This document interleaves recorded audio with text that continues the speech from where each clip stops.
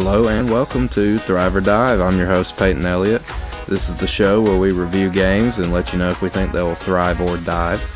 Today we're doing something a little bit different today. We're going to be reviewing all of the firearms in Call of Duty World War II, letting you know what we think and letting you know if we think they will thrive or dive.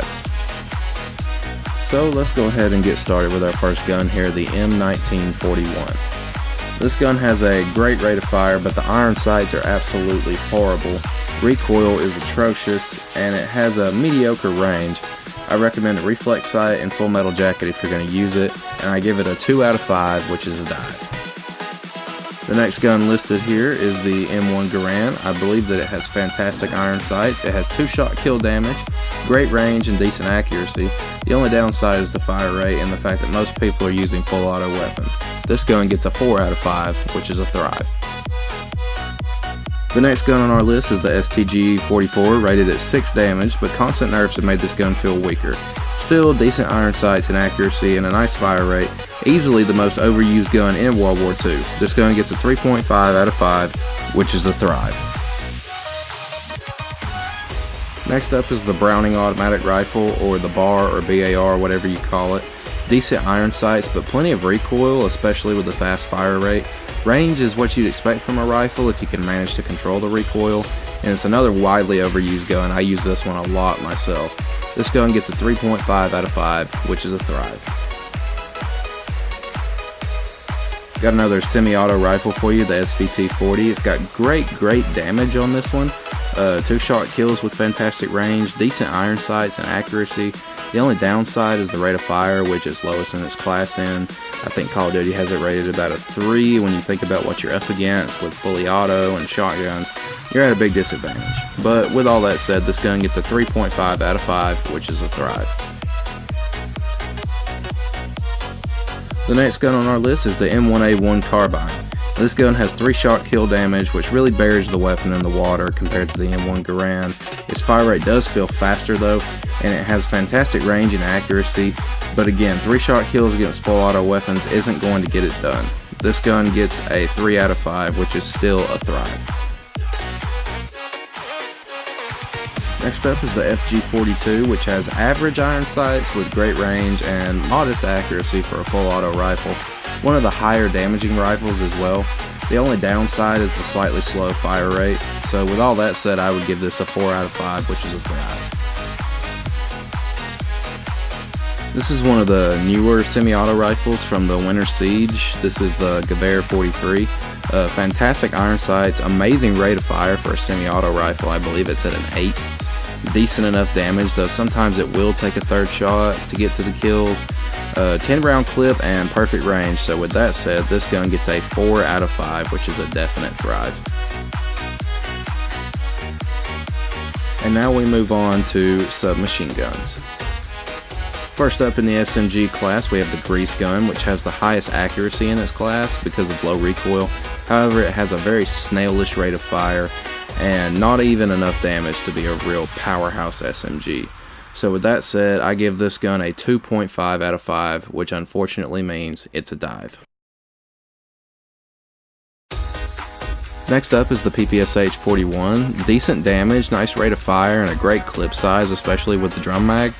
Iron sights are hit or miss to me. I personally don't like them, and the accuracy isn't all that great either from the recoil. I would definitely recommend to also add a grip to spice up the weapon a little bit, but with all that said, I would give it a 3 out of 5, which is a thrive. Next up is the Type 100. This one is a little tricky to me.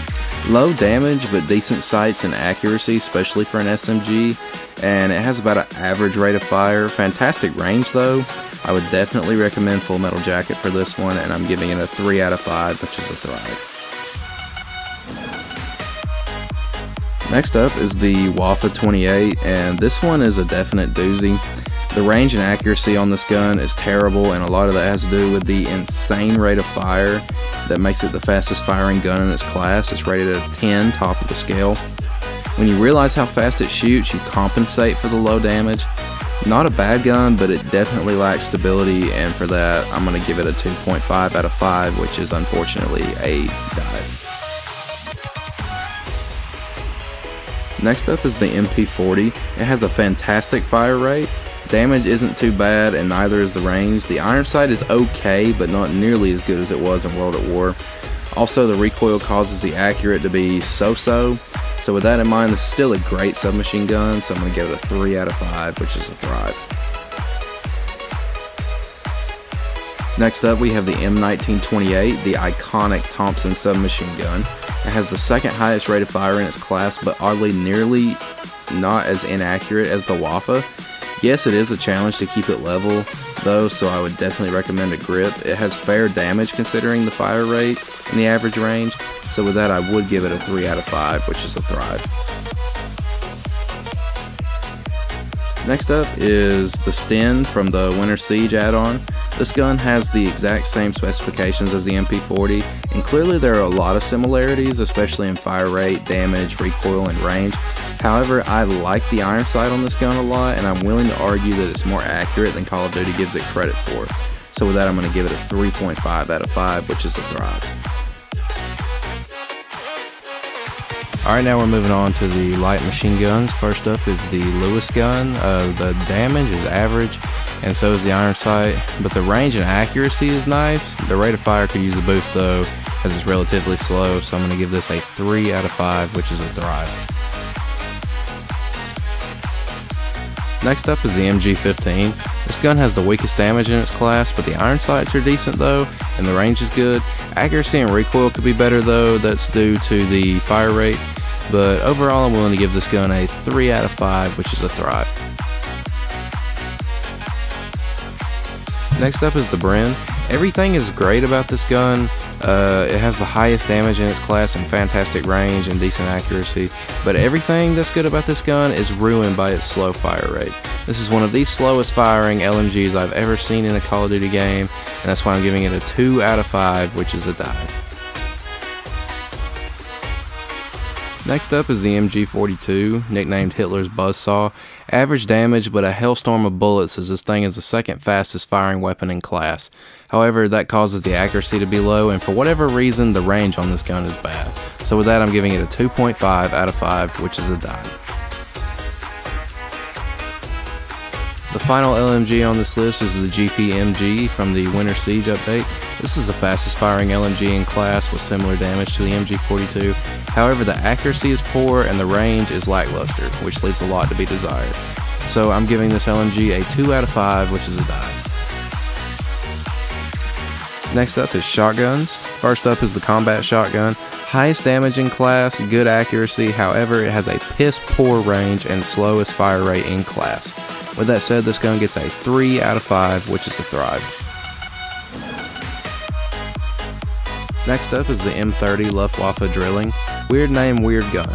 High damage, average range, and accuracy. Fastest fire rate in class, but only 2 shots, which ruins this gun in my opinion. 2.5 out of 5, which is a dive. Next up is the toggle action. Solid accuracy, average rate of fire, and decent clip size also.